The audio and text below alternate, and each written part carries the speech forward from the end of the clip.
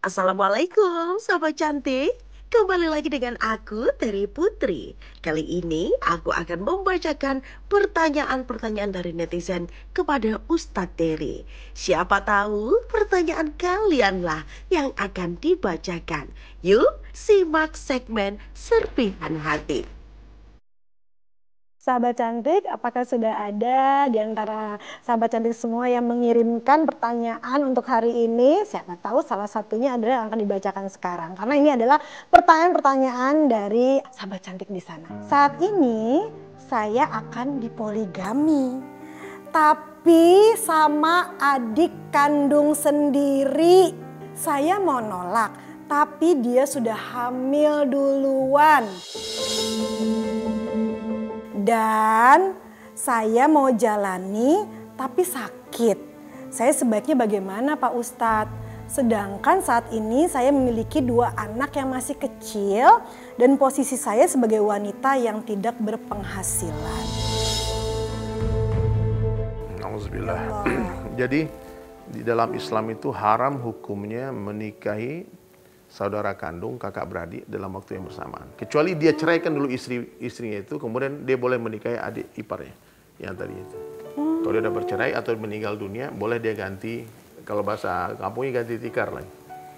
Jadi solusi dari pertanyaan kakak ini, ibu ini, tidak ada solusi. Kamu ajukan ke pengadilan agama tuntutan cerai. Kalau memang terbukti suamimu telah berzina, maka hukum Islam kalau ditanya, kalau orang berzina dia sudah menikah terus berzina, dirajam. Begitu Islam memuliakan wanita dan menjaga kemuliaan seorang wanita, maka tidak boleh ada yang bermain-main dengan wanita. Kalau kamu suka menikah. Jadi kalau memang terbukti dia sudah hamil duluan, ya buat apa kamu menikahi laki-laki seperti itu? Ya sudahlah, nanti Allah akan antarkan suami yang baik untukmu. Rezeki bukan dari suamimu yang tak betul itu. Rezeki datang dari Allah Ta'ala. Anakmu yang 2 selamatkan dari laki-laki yang tidak beradab itu. Baik, mohon izin Ustadz, pertanyaan selanjutnya ya. Masih dari netizen, bukan dari saya. Saya menjadi salah satu orang yang kena PHK. Ini yang efisiensi atau bagaimana Ya, ini PHK. sekarang ya? Putusan bekerja. Efisiensi ya. Lanjutkan lagi. Sudah 6 bulan ini dan belum bisa jujur dengan istri saya. Oh, berarti laki-laki ya. Jadi dia tidak bisa jujur dengan istri dan ibu saya sendiri karena takut mengacaukan pikiran mereka karena saya sebagai tulang punggung. Namun uang yang saya dapat dari pesangon yang tidak seberapa itu sudah saya pakai untuk keperluan sehari-hari. Apakah cara saya berbohong dan menjaga perasaan mereka itu sudah benar?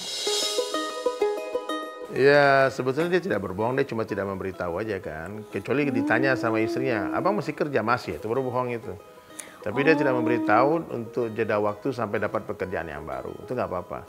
Dan itu bukan sebuah aib, itu bukan sebuah kemaksiatan, tidak bekerja di PHK itu bukan sebuah dosa. Ya. Mungkin dengan cara dia di PHK, Allah mau jadikan dia bos mungkin. Kalau pahit itu ya, jangan cepat dimuntahkan. Kadang-kadang yang pahit itu baik untuk kita, kesehatan kita. Insya Allah kita doakan abang ini semoga Allah berikan pekerjaan yang jauh lebih baik. Amin. Dan diberikan rezeki yang lebih banyak dan berkah. Amin. Baiklah, masih ada pertanyaan ternyata ada. Punten ya Ustadz ya, boleh ya. Ini biar sahabat cantik bisa terpuaskan dengan jawabannya.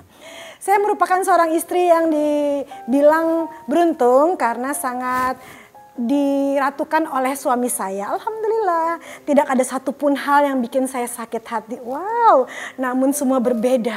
Saat saya tahu kalau suami saya selingkuh berkali-kali. Dan hal itu baru ketahuan saat beliau sudah meninggal dunia. Bagaimana cara saya agar bisa ikhlas dan memaafkannya Ustadz? Ketahuannya pas sudah meninggal Ustadz. Ini bisa jadi ini nih. Gimana? Bisa difilmkan ceritanya. Iya. Tapi suami udah selamat. Allahu Akbar. Ya selamat suaminya. Astagfirullah, gimana Ustadz? Jadi kan sudah meninggal orangnya. Orang meninggal itu kan disunahkan bicarakan kebaikan-kebaikannya saja. Kalau suaminya ibu itu dia menikah diam-diam, kemudian ketahuan setelah dia meninggal dunia, maka hargailah perjuangan suaminya itu selama hidup untuk menjaga hati istrinya tadi. Dia mungkin merahasiakan pernikahan itu untuk menjaga hati istri pertamanya ini. Ya, dan dia menikah lagi untuk apa? Untuk menyelamatkan diri dia dari perzinaan.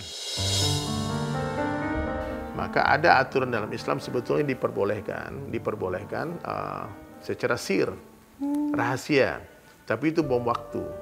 Biasanya tuh meledaknya pas suaminya masih hidup tuh. Tapi ini hebat juga, meledaknya pas sudah mati. Jadi pas nangis di kuburan ada 4 orang perempuan nangis. Kamu siapa?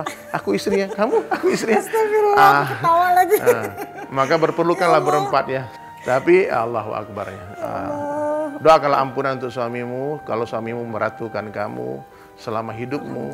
Dan dia tidak menyakiti hatimu. Bahkan dia merahasiakan pernikahannya dengan niat untuk tidak melukai hatimu. Hargai perjuangannya itu.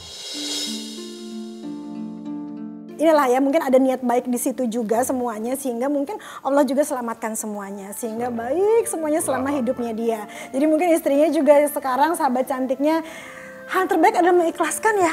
Ikhlaskan. Maafkan, ya. lupakan, doakan ampunan. Semoga kamu nanti bisa ketemu di surga dan itu cakar suamimu di surga. Ingat yang baik-baik saja, apa yang baik juga menjadi hal yang baik juga untuk kehidupan kita. Ini mudah-mudahan nih tidak hanya pertanyaan tidak hanya netizen, tapi sahabat cantik di luar sana ya, yang terjawab. Ini pertanyaan aku nih selama ini, alhamdulillah ya. Allah, ya. Doa tanpa usaha itu bohong, tapi usaha tanpa doa itu sombong jadinya ya. Semua harus kita lakukan yang terbaik lillahi ta'ala. Ustaz, terima kasih banyak ya. Terima kasih, semua terjawab dengan baik. Semoga Allah ridho dan kebaikan untuk kita semua di sini. Terima kasih sahabat cantik, saya bertemu lagi. Wassalamualaikum warahmatullahi wabarakatuh.